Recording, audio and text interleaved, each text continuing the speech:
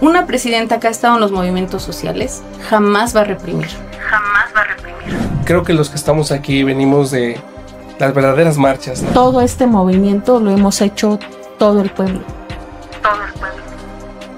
Bienvenidos al podcast del bienestar, el podcast que la derecha no quiere que escuches.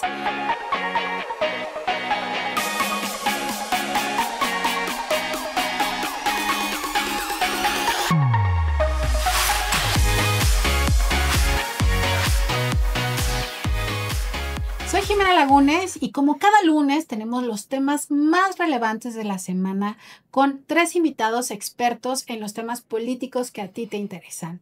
Hoy está con nosotros Celina Peña, muchas gracias, nos visita desde Puebla. ¿Nos podrías platicar rápidamente, doctora, quién eres para que te conozcan? Claro que sí, soy Celina Peña Guzmán, secretaria de Ciencia, Humanidades, Tecnología e Innovación en el Estado de Puebla. Me dedico al área de estudios nucleares y estudios energéticos, principalmente hidroeléctricos, y soy una fiel creyente de la Cuarta Transformación. Eso nos gusta mucho aquí, ¿verdad? También está con nosotros la diputada Carmen de la Rosa. Muchísimas gracias. Gracias. Hola, soy Carmen de la Rosa, diputada local del Distrito 41 en Ciudad Nezahualcóyotl. Presido la Comisión de Estudios Legislativos y Prácticas Parlamentarias. Y bueno, pues también soy fiel seguidora de la Cuarta Transformación, 100% morenista. Pues seguimos en esa línea y está con nosotros también un importante invitado que se llama Beto Alvisuri. Hola, ¿qué tal? Pues muy contento de estar aquí. Mi nombre es Beto Alvisuri, soy secretario de Ayuntamiento en Ixtapaluca, un joven apasionado, igual Lover, Claudia Lover, Morena Lover. Eso nos encanta esa energía positiva y de mucho amor en este podcast. Y hablando de amor y de cosas positivas, queremos hacer un reconocimiento a todo nuestro equipo de Círculo Político. Déjenme que les presuma que estuvimos cubriendo la marcha de la generación Z este 15 de noviembre y la verdad es que tuvimos muchísimo éxito porque nuestros videos se viralizaron al punto que la presidenta Claudia Sheinbaum nos retomó en uno de sus videos. Entonces estamos muy orgullosos de que hayamos tenido esa respuesta, ¿no? De todos nuestros seguidores y de toda la gente de muchísimos medios tradicionales nos retomaron. Entonces por eso vamos a platicar hoy aquí con ustedes qué significó esa marcha, ¿no? ¿Cómo la vieron, Beto? Pues mira, ¿qué no se ha dicho de esta marcha, no? Yo creo que es de los peores ejercicios sociales que hemos tenido en los últimos años, tal vez en la última época moderna. Yo, pues, creo que los que estamos aquí venimos de las verdaderas marchas, ¿no? De saber que cuando hay una causa justa y verdadera, pues se tiene que defender y se tiene que alzar la voz. Y me queda claro que hay temas delicados que en ese entonces se apropiaron como banderas, pero creo que pues les salió muy mal porque quisieron sacarle raja política, quisieron lucrar con, pues yo creo que hasta con la inteligencia de las personas, porque yo creo que a lo mejor solo ellos se creyeron que eran los apartidistas, que eran esto que no venía precisamente de un grupo fáctico, un grupo empresarial, por ejemplo, que no venía atrás ciertos personajes de la política y de la vida pública de México que están extintos. Entonces, algo muy chistoso que vi es que, bueno, ni ellos mismos se entienden, se estaban peleando entre ellos. Bueno, que si somos del PRI, que si somos del PAN, que es contra Morena, algo absurdo. Bueno, pues a mí me pareció algo cruel y aberrante porque la generación Z es una generación noble, es una generación creativa, es una generación y que, pues por supuesto, altamente tecnológica, investiga.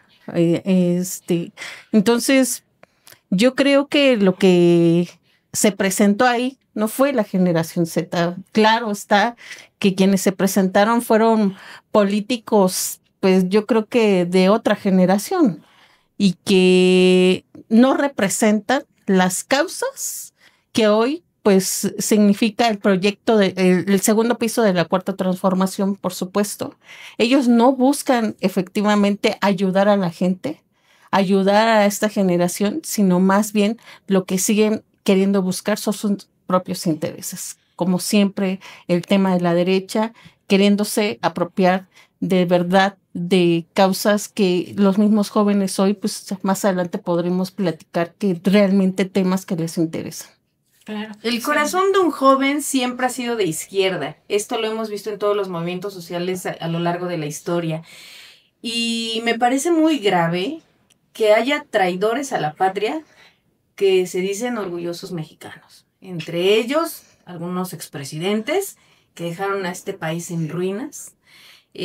Sabemos que esta derecha es una derecha de un movimiento internacional que han atentado contra la libertad de muchos países en América Latina, ¿no? El mejor ejemplo es Bolivia.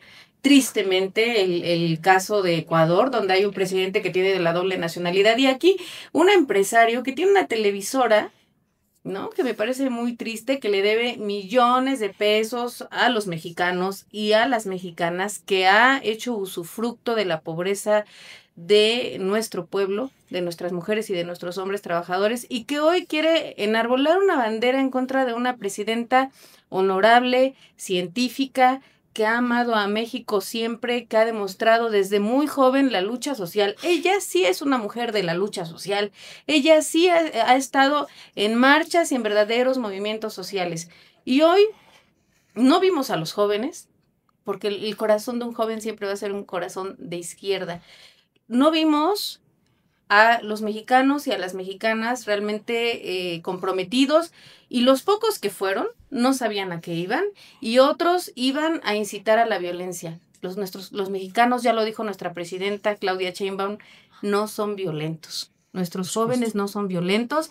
En el caso de Puebla hubo una persona ya plenamente identificada con el PAN que le aventó una piedra en la cabeza a otra marchante de la tercera edad para provocar violencia. Afortunadamente nosotros pudimos en Puebla evitar que este conato de violencia tuviera un desenlace peor, pero hemos visto cómo estas marchas y cómo estos acontecimientos lo que están buscando es desestabilizar, pero se les olvida que la presidenta no está sola. Detrás de ella estamos miles de mujeres, porque ella no llegó sola, llegamos todas. Y hoy lo que tenemos que tener muy claro, y lo que nuestros jóvenes tienen muy claro, es que no vamos a permitir que nadie desestabilice un país que está caminando hacia la paz.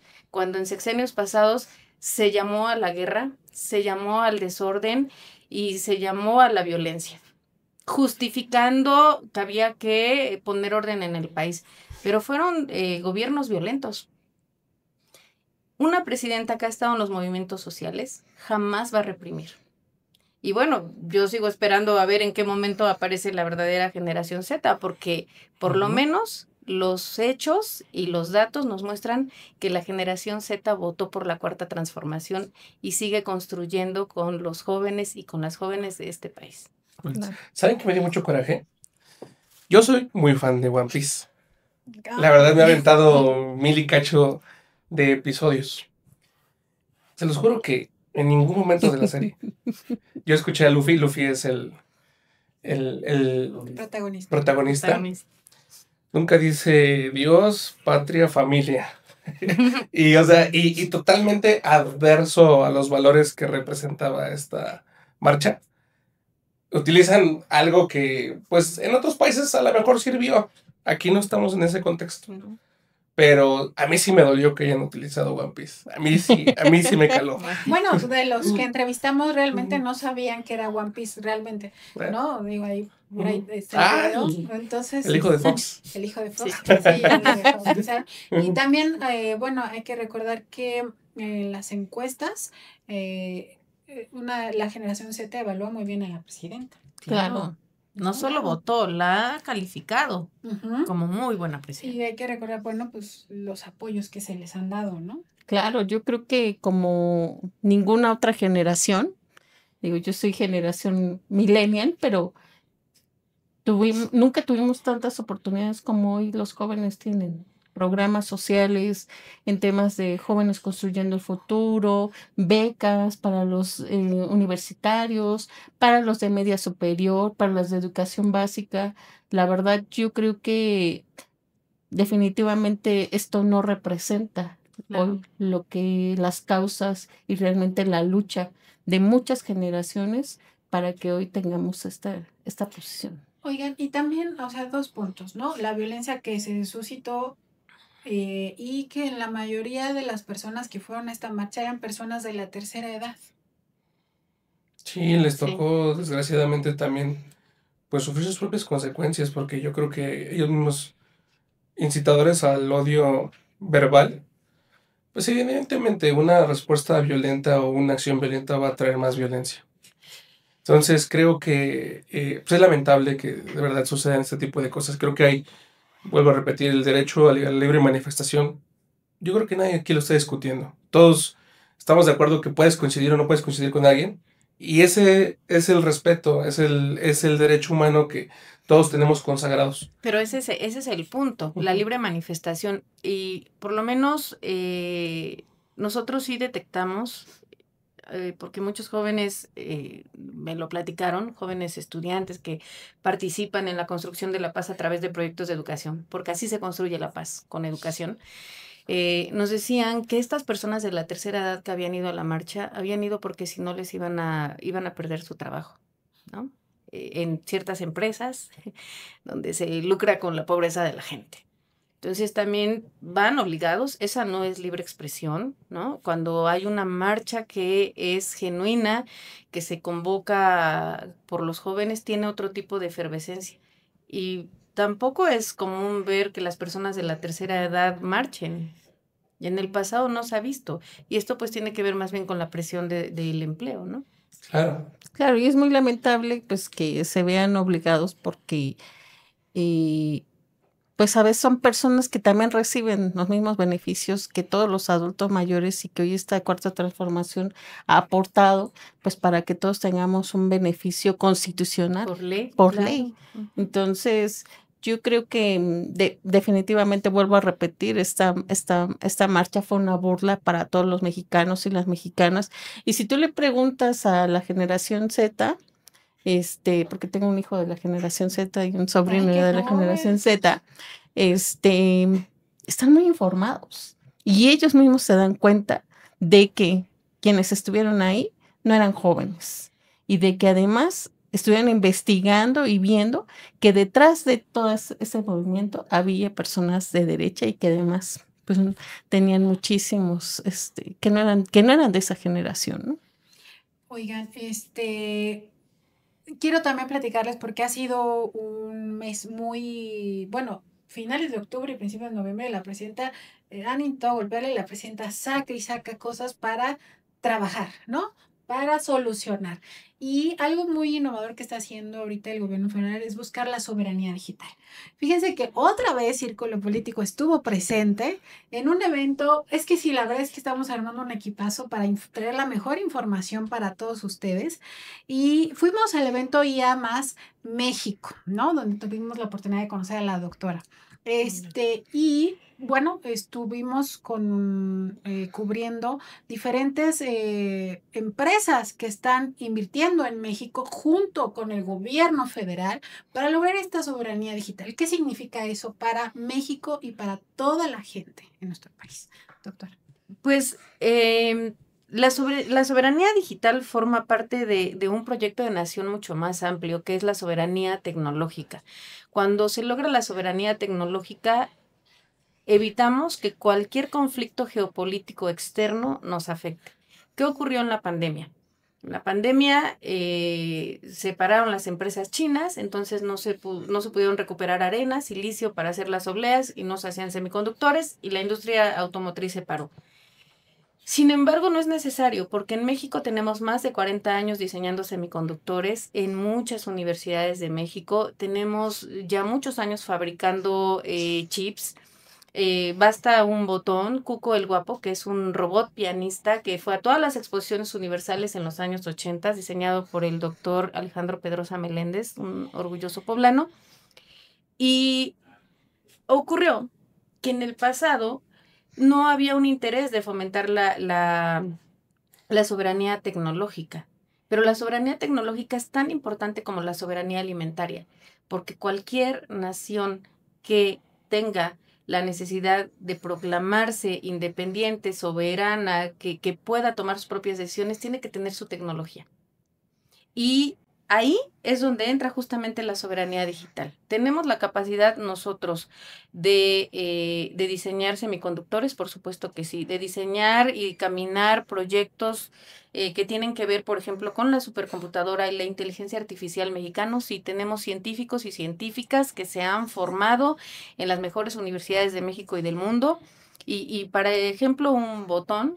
Los encargados de muchos de los proyectos más importantes del Centro Europeo de Estudios Nucleares, el CERN, que es donde se ha desarrollado prácticamente toda la tecnología del mundo, son mexicanos. Y están ahí, en el proyecto ALICE, en muchos otros proyectos, y que justamente yo les comentaba, México siempre ha tenido científicos y científicas, siempre ha estado a la vanguardia. El mejor ejemplo de ello es Manuel Sandoval Vallarta, un hombre al que siempre le consultaron sobre los estudios nucleares, sobre la construcción del CERN, y que él dejó huella en sus estudiantes, la Facultad de Física en la UNAM, en la UAP, en muchas universidades de los estados, la creación del INAOE en los años 40, con el doctor Aro, el que fue uno de los grandes científicos, el esposo de doña Elena Poniatowska. Y hoy lo único que estamos haciendo es realmente hacer una apuesta en valor de lo que ya se ha hecho. ¿Qué es lo que no se hizo en el pasado? La escalabilidad a la industria. Es decir, que los que estamos en los laboratorios hacemos, desarrollamos, tenemos lo mejor del mundo, pero como no había un proyecto de nación que generara una industria nacional en la industria 4.0 o en la industria tecnológica, se quedaba en una tesis, se quedaba en una patente, se quedaba en un paper, se quedaba en un libro. Y ahora no, ahora este conocimiento, en lugar de que lo estemos exportando al mundo, se queda aquí y estamos ahora sí con la fábrica de chips, con el Centro Nacional de Diseño de Semiconductores, con el Autolínea. No es que en este momento estemos tratando de inventar el mundo, es que en México siempre se ha hecho ciencia. Y al tener una presidenta científica, entiende que tenemos que caminar hacia la soberanía tecnológica, que tenemos el talento para hacerlo. México es un país con una biodiversidad y una riqueza. Tenemos las tierras raras, tenemos, por supuesto, el litio, tenemos mucho para construir nuestra propia industria 4.0.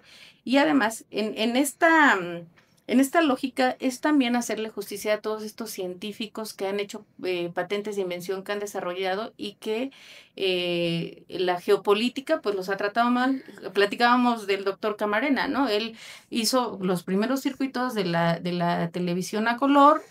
La ley le impide generar la patente de invención, desarrollar en México la televisión a color. Entonces le hicieron 2, 3 cambios más en Inglaterra y ellos se quedaron con la patente de invención de la televisión a color.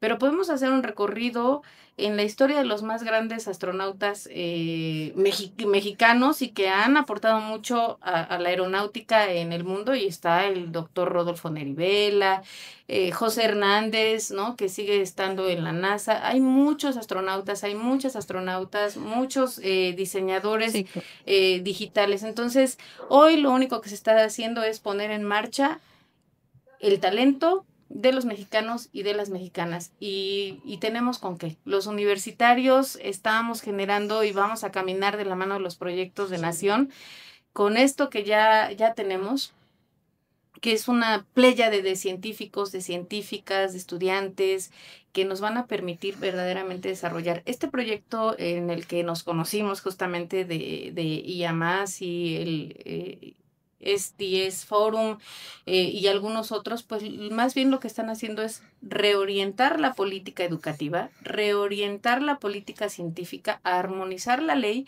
y realmente poner en valor lo que siempre hemos hecho los científicos y las científicas en México y pasarlo a la industria.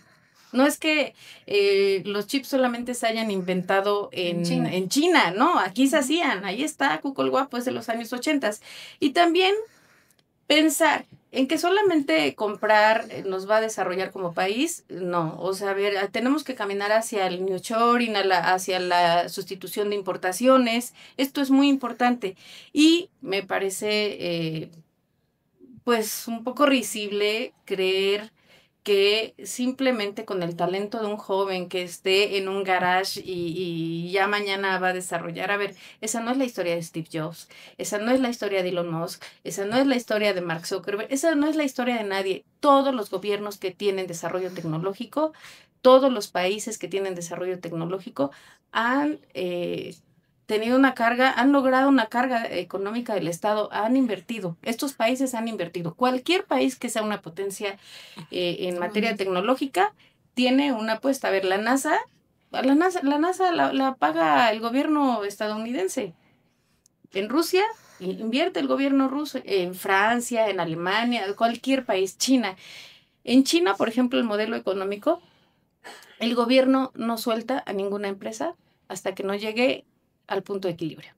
Es decir, que es necesaria una inversión para lograr esta soberanía tecnológica, porque es muy importante. ¿Qué pasa si no desarrollamos soberanía tecnológica? ¿Qué pasa si en la geopolítica los países se pelean?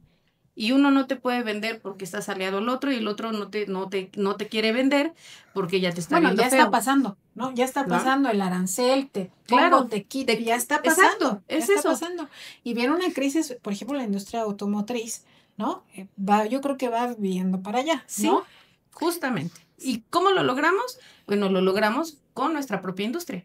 Entonces, sí, se puede pelear cualquiera. México tiene con qué salir adelante. Sí, claro, la soberanía digital es clave para que México tenga el control y la capacidad tecnológica en cuanto a su infraestructura y, por supuesto, operación de datos y algunos muy importantes porque seguimos en algunos casos dependiendo de empresas internacionales que están manejando información muy importante para nosotros los mexicanos desde nuestros datos personales. Entonces hay un elemento ahí muy importante, proteger nuestra soberanía en el tema de seguridad nacional. Sí, y nuestra privacidad. Exactamente. Sí. Y por supuesto también la independencia, como bien lo decía la doctora, la independencia tecnológica y económica, por supuesto, que se ve impactada, ¿no? Creo que es muy importante lo que comenta la doctora y por supuesto alentar a que nuestras políticas públicas cambien.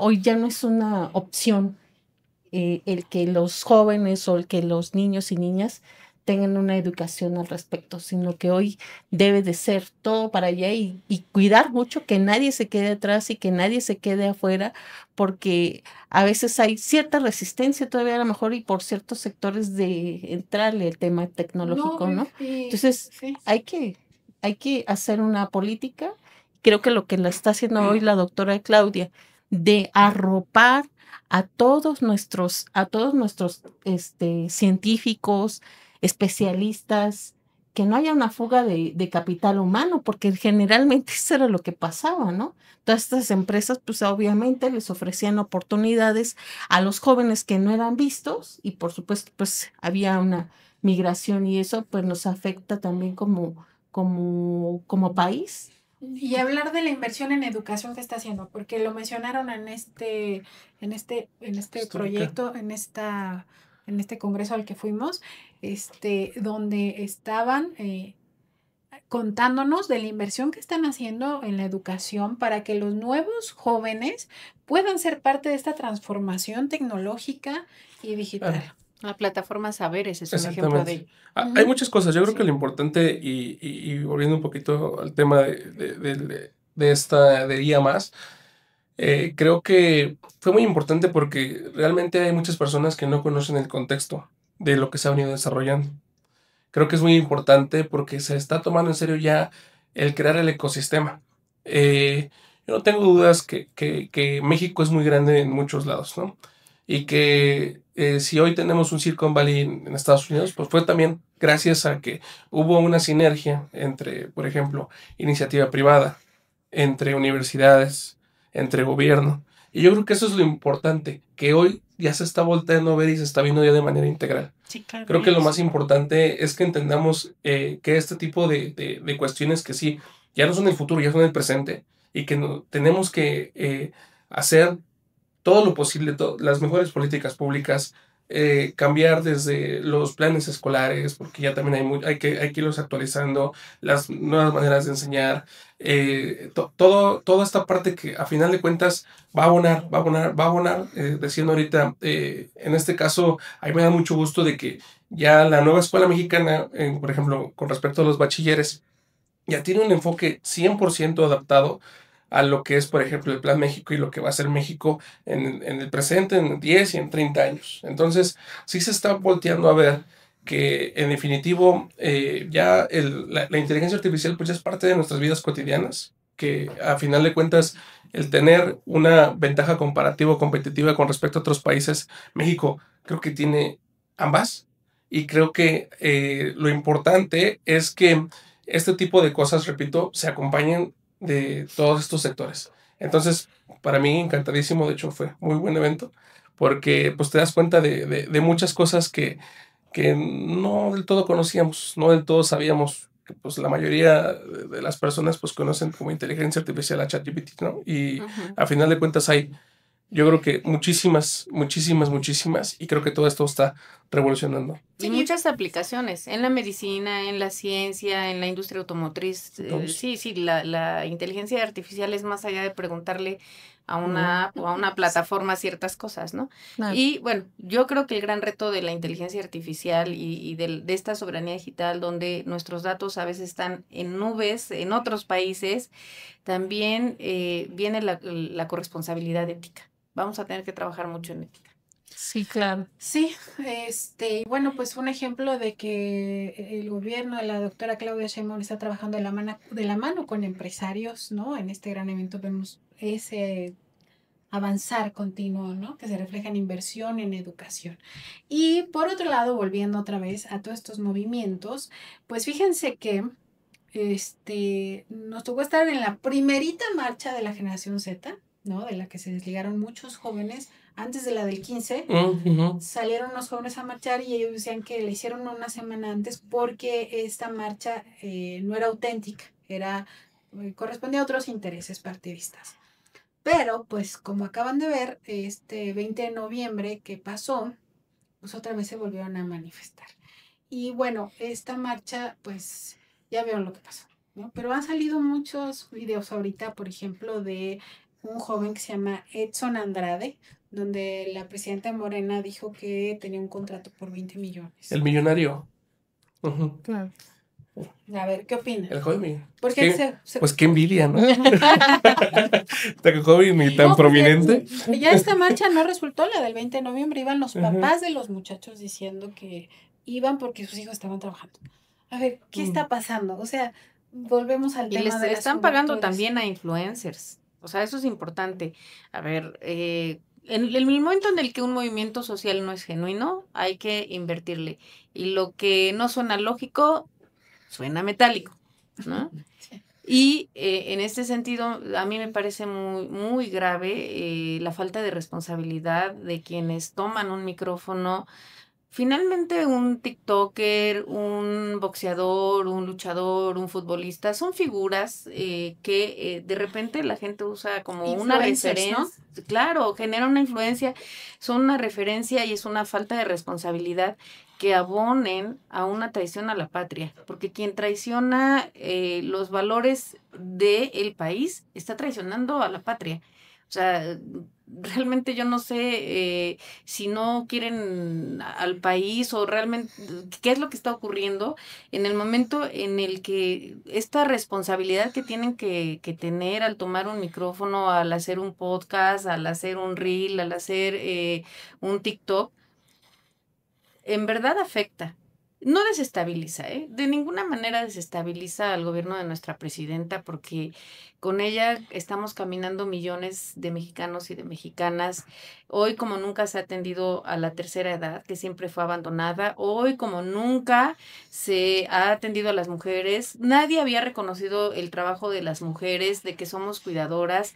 Tenemos una manera cultural de no abandonar a los familiares. Nosotros no estamos en Dinamarca, ¿no? No estamos en Suecia, donde las personas llegan a un retiro y terminan viviendo solas o terminan en casas de retiro. Nosotros sí cuidamos a nuestros abuelos, a nuestras abuelas, a nuestros padres, a nuestras madres. A nuestros esposos, porque a nuestros esposos también nos toca criar.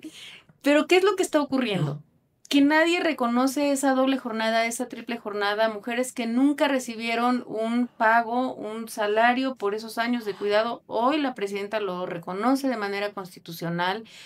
Y también los años de trabajo a las personas de la tercera edad se les reconoce. A mí me gusta mucho también el programa de Jóvenes Construyendo el Futuro y Jóvenes Escribiendo el Futuro, porque también en este país la falta de oportunidades fue una constante. Y lo único que se requería era una pequeña oportunidad. Una oportunidad para demostrar que el talento ahí está. Insisto, la paz de cualquier nación se construye con educación.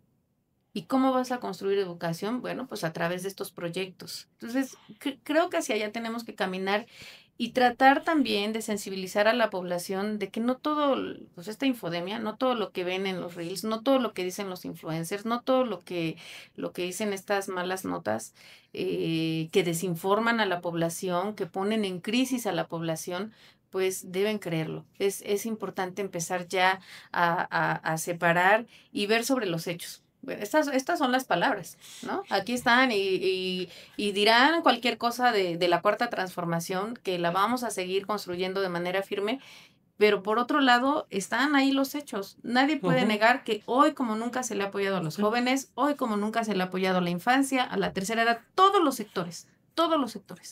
Yo creo que por más millones que quieran invertir, el pueblo es sabio. Y por supuesto que el pueblo ve claramente que todo esto está queriendo ser manipulado y querer dividir al pueblo mexicano. Y no lo van a lograr, justo porque todo esto que acaba de mencionar la doctora, pues antes no existía. Y hoy el proyecto de la doctora Claudia, de nuestro expresidente Andrés Manuel López Obrador, da la oportunidad de que jóvenes salgan adelante, que hoy tengamos 13 millones nada más, fíjate, o sea, 13 millones de mexicanos que salieron de la pobreza. Sí. Entonces, hemos tenido avances en tan poco tiempo extraordinariamente. Y también salimos de la pobreza alimentaria para muchos niños. Por supuesto. Y yo creo que lo único que a mí me resta decir es que llamar a toda la ciudadanía mexicana para que sigamos unidos y sigamos transformando nuestro país y que nada nos detenga, ¿no? Es válida las diferencias, por supuesto, pero creo que todo este movimiento lo hemos hecho todo el pueblo. No lo ha hecho exclusivamente una persona. Todos hemos estado en este movimiento inmiscuidos y claro, y por supuesto que hoy más que nunca hay una presidenta que tiene una aprobación de más del 70%. Y eso pues hace temblar a muchos. No es gratuito. Hace temblar a muchos. Inclusive le lo decía la doctora de manera internacional. No, hombre, ahí sí la felicitan. Me causó una gran risa cuando le dicen por ahí a un personaje, tú te quieres agarrar de este movimiento, y él dice, pero ¿cómo? Si yo podría estar ahorita en mi yate, en otro. Exacto, eso no. Yo digo, bueno, pues entonces no estamos en las mismas condiciones. Todos, o sea, no estamos hablando, o no estoy en la realidad, porque no estamos hablando todos de la misma realidad y las condiciones que otros pueden tener. Entonces, no hay que pensarle mucho. La mayoría no estamos en esa situación, en la posibilidad de irnos a un yate, y creo que pues están fuera de control. Claro. Sí. Están fuera de control, están fuera de sí mismos. Una cosa más, y esto es muy importante.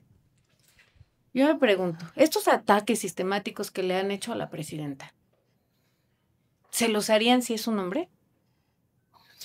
Hay una cultura machista desde que ella llegó de ataques por hombres que yo me pregunto si tendrían el mismo valor, que no es, evidentemente valor es misoginia, porque la han tratado con misoginia si fuera Sí, un presidente. En la marcha sí fueron consignas misóginas, la verdad. Es misoginia absoluta. Entonces, ¿qué país quieren construir? ¿Un país misógino? ¿Un país violento donde nuestras hijas terminen con una burka o terminen sin derechos sociales, sin derechos de libertad, sin libertad de expresión?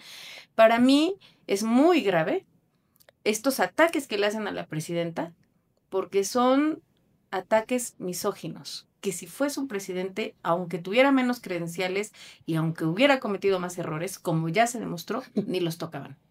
Pero fíjense, en la marcha lo que vimos es que también mucha gente interpeló a los que estaban manifestando y uno de esos fueron al sobrino, ¿no? De este señor que le dicen muchos el tío, que yo no le diría tío, ¿verdad? Porque pues como ellos tienen dando dinero no podría ser mi tío, definitivamente, ¿no? Y le dijo, tú eres un impostor. Le sale todo mal. Yo creo que, mira, el tema es que son hipócritas. El tema es que hay una doble moral y hay un doble juego siempre de todos. No tendríamos problema si se decantan, si dijeran, yo soy panista, yo soy priista y la neta, pues a mí no me gusta Morena. Está bien, no pasa nada, se respeta. Es libre.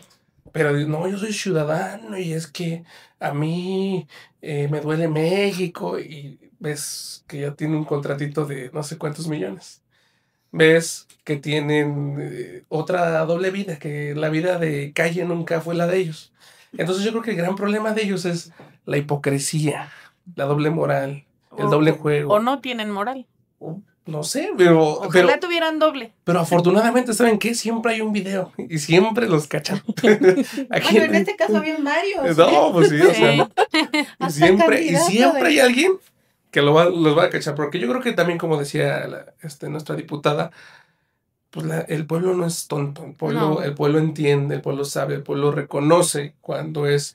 Pues digo, si a leguas reconocemos los montajes de Loret, por ejemplo, este tipo de cosas, pues también trae la misma, ahora sí que la misma metodología. O sea, lo feo es que estos amigos, pues yo creo que también se le han acabado mucho las ideas y creen que es por ahí. Yo creo que, pues ojalá y sigan así, porque yo creo que la cuarta transformación va a durar mucho tiempo. ¿No? Lo vimos con esta marcha fallida del 20 de noviembre, la que convocaron, pues no llegó nadie.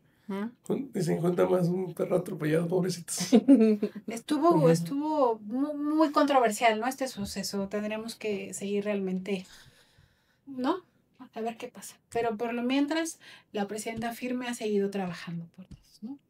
Y pues bueno, queremos agradecerles muchísimo sus valiosas aportaciones, muchas gracias. Esta reflexión que hacemos en el podcast del bienestar. Les agradecemos que nos escuchen, que nos vean, que nos compartas, porque este es el podcast del bienestar. El podcast que la derecha no quiere que escuches.